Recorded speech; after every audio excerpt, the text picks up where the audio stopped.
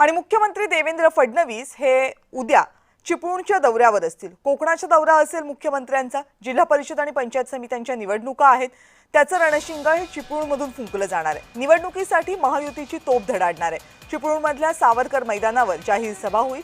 या सभेच्या तयारीचा आढावा घेतलाय आमचे प्रतिनिधी रवींद्र कोकाटे यांनी। राज्याचे मुख्यमंत्री देवेंद्र फडणवीस यांचा उद्या चिपळूण दौरा आहे। सध्या मी आहे चिपळूणच्या बहादूर शेख नाक्या इथल्या सावरकर मैदानावरती आहे। आपण बघतोय अशा प्रकारे या सभेची तयारी सुरू असताना आपल्याला पाहायला मिळते। आगामी जिल्हा परिषद आणि पंचायत समिती निवडणुकीचे बिगुल वाजले असून आता थेट राज्याचे मुख्यमंत्री देवेंद्र फडणवीस मैदानात उतरले आहेत। उद्या मुख्यमंत्री चिपळूण दौऱ्यावर येत असून सावरकर मैदानावर त्यांची तोफ धडकणार आहे। नगरपालिका निवडणुकीत भाजपने मिळवलेल्या घवघवीत यशानंतर आता ग्रामीण भागावर वर्चस्व मिळवण्यासाठी भाजपने कंबर कसली आहे।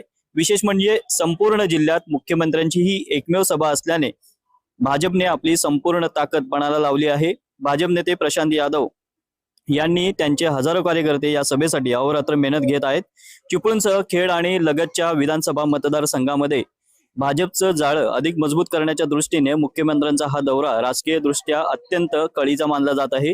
या सभेच्या माध्यमातून मुख्यमंत्री महायुतीच्या विजयाचे रणशिंग फुंकणार हे आता निश्चित झालंय। कोकणातील सत्ता संघर्ष भाजप आता आक्रमक मोडमध्ये झाली असून मुख्यमंत्र्यांच्या या सभेमुळे संपूर्ण राज्याचं लक्ष लागलेलं आहे। आपण बघतोय अशा प्रकारची ही पॅन्डल बांधण्यात आलेला आहे आणि अशा प्रकारची ही तयारी सुरू आहे। त्यामुळे मुख्यमंत्री आहेत ते उद्या कोकण दौऱ्यावरती आहेत। पहिलं रायगड, नंतर सिंधुदुर्ग आणि शेवटला चिपळूण या ठिकाणी येणार आहेत आणि सभा घेणार आहेत आणि या सभेतून आपल्या कार्यकर्त्यांना संबोधन करणार आहेत।